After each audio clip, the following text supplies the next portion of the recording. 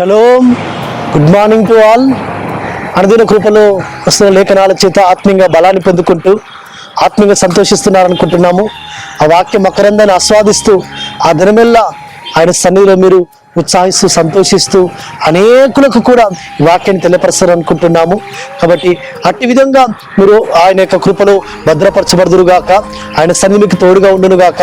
ఈ దినము అనుదిన కృపలో భాగం వస్తున్న లేఖన భాగం చూసుకుంటుంటే యెషయా గ్రంథము 58వ అధ్యాయము 14వ వచనము, నువ్వు యెహోవా యందు ఆనందించెదవు.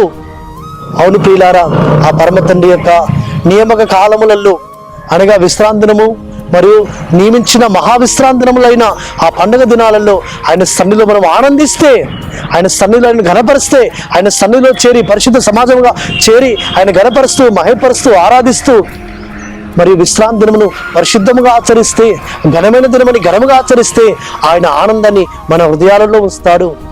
అవును, మన పిల్లలను కూడా పరమ తండ్రి మన ఒడిలో ఆయన ఉంచి ఆనందింపజేస్తాడు. మన పిల్లలకైనా తోడుగా ఉండి నడిపిస్తాడు. వారి జీవితంలో ఆనందం ఉంటుంది, సంతోషం ఉంటుంది.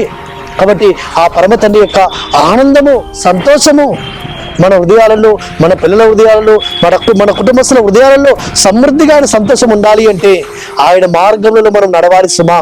ఆయన చూపించిన మార్గము విశ్రాంతినము మరి మహావిశ్రాంతి దినములలో అందులో మనము నడుచుకుంటున్నప్పుడు నిందారహితులముగా, నిష్కలంకులముగా, పరిశుద్ధులముగా ఉండి ఆయన చెప్పిన ప్రకారంగా, ఆయన కట్టల ప్రకారమును అనుసరించి నడుచుకుంటున్నప్పుడు ఆయన ఆనందమును మన ఒడిలో ఉంచుతాడు, మన ఉదయాలలో ఉంచుతాడు, మన గృహాలలో ఉంచుతాడు, మన పురాలలో ఉంచుతాడు.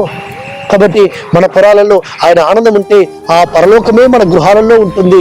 ఆ పరలోకం యొక్క మహిమ మన గృహాల్లో తాండవిస్తుంటుంది సుమా. కాబట్టి ఆ యెహోవా మనకు ముందుగా నడుస్తాడు, మన పిల్లలకు ముందుగా నడుస్తుంటాడు, వారిని వెంట పెట్టుకుని నడిపిస్తుంటాడు. ఆయన ఆనందముతో, ఆయన సంతోషంతో నింపుతూ వారు ఆయన అడుగు జాడలు నడుస్తుంటారు సుమా. కాబట్టి ఆ విధంగా మనం పరిశుద్ధ విశ్రాంతి దినమును, ఆయన పరిశుద్ధమైన పండుగలను ఘనంగా ఆచరించి మనము ఆయన సంతోషాన్ని, ఆయన ఆనందాన్ని మనం పొందుకుందాం. అట్టి విధంగా పరిశుద్ధాత్మ తండ్రి మనకు సహాయం చేసి మనం నడిపించును గాక. ప్రార్థన చేసుకుందాం. పరలోకందున మా తండ్రి, సర్వోన్నత జీవాధిపతి యెహోవానికి స్తోత్రములు. మీ ఆనందం మా హృదయాలు వస్తారని సెలవిస్తున్నారు నాయన. అట్టి విధంగా తండ్రి మా హృదయాలను మీ ఆనందంతో నింపమని ప్రార్థిస్తూ విన్న వాక్యం హృదయాలు ఫలింప చేయమని యెహోవా నామమున స్తుతించి ప్రార్థించి వేడుకుంటున్నాము తండ్రి. ఆమేన్.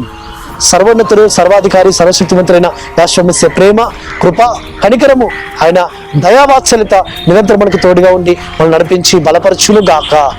ఆమేన్.